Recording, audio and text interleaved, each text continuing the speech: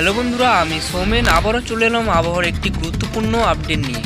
শুক্রবার রাজ্যের কোথায় কেমন আবহাওয়া থাকবে, কোন কোন জেলায় হবে ঝড় বৃষ্টি, কোন কোন জেলায় হবে প্রচণ্ড তাপপ্রবাহের সতর্কতা, তার সাথে বাংলাদেশের জেলাগুলিতে কেমন কোথায় আবহাওয়া থাকবে সেটি আমরা দেখব। অবশ্যই ভিডিওটি শেষ পর্যন্ত দেখবেন এবং চ্যানেলটি সাবস্ক্রাইব করে রাখবেন এই ধরনের আবহাওয়ার গুরুত্বপূর্ণ আপডেটগুলি সবার আগে দেখার জন্য। তার সঙ্গে আমরা দেখব দেশের কোন কোন রাজ্যে কেমন ঝড় বৃষ্টি হওয়ার সম্ভাবনা থাকবে এবং কেমন তাপমাত্রা থাকবে। প্রথমে আমরা শুরু করব পশ্চিমবঙ্গ থেকে। পশ্চিমবঙ্গের দক্ষিণের দিকটা কেমন আবহাওয়া থাকবে, দক্ষিণবঙ্গে কোন কোন জেলায় কেমন আবহাওয়া থাকবে, কলকাতা থেকে হাওড়া, হুগলি, পূর্ব বর্ধমান, তো সমস্ত জেলার আমরা আবহাওয়ার খবর জানবো। তারপর আমরা দেখবো যে কোন কোন রাজ্যে কেমন বৃষ্টিপাত হবে, বাংলাদেশে কেমন ঝড় বৃষ্টি হওয়ার সম্ভাবনা।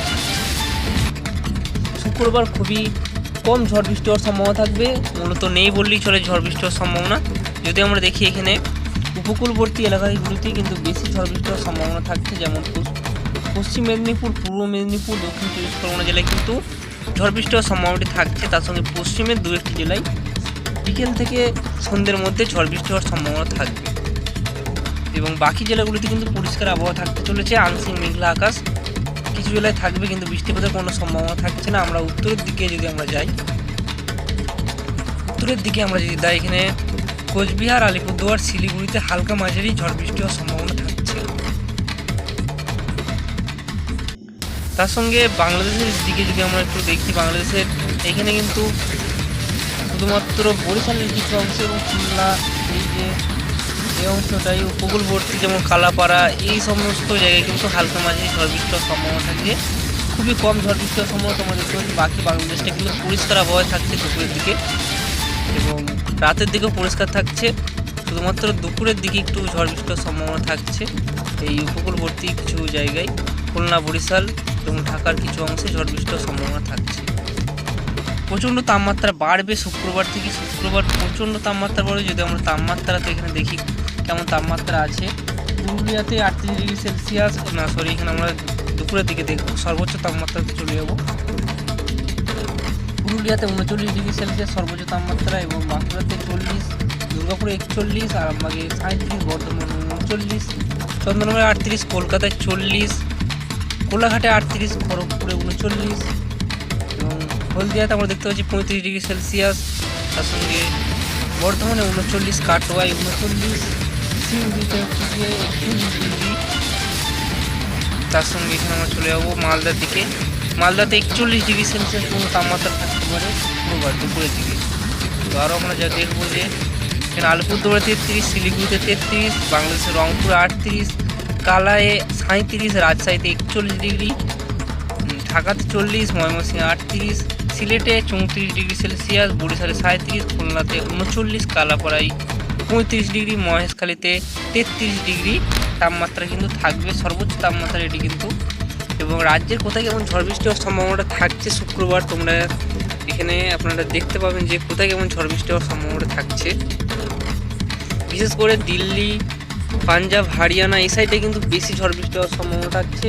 গুজরাট এই দিকটা কিন্তু, আর উত্তরপ্রদেশের কিছু অংশ কিন্তু প্রচণ্ড ঝড় বৃষ্টি হওয়ার সম্ভাবনা থাকবে। দেখতে এখানে লাল এবং হলুদ সতর্কতা, তার সাথে গোলাপি সতর্কতা পর্যন্ত রয়েছে। গোলাপি সতর্কতা সব থেকে বেশি ঝড় বৃষ্টির সম্ভাবনা কিন্তু গোলাপি সতর্কতাতে থাকছে এবং লাল সতর্কতাতেও কিন্তু প্রচণ্ড ঝড় বৃষ্টি হওয়ার সম্ভাবনা থাকবে।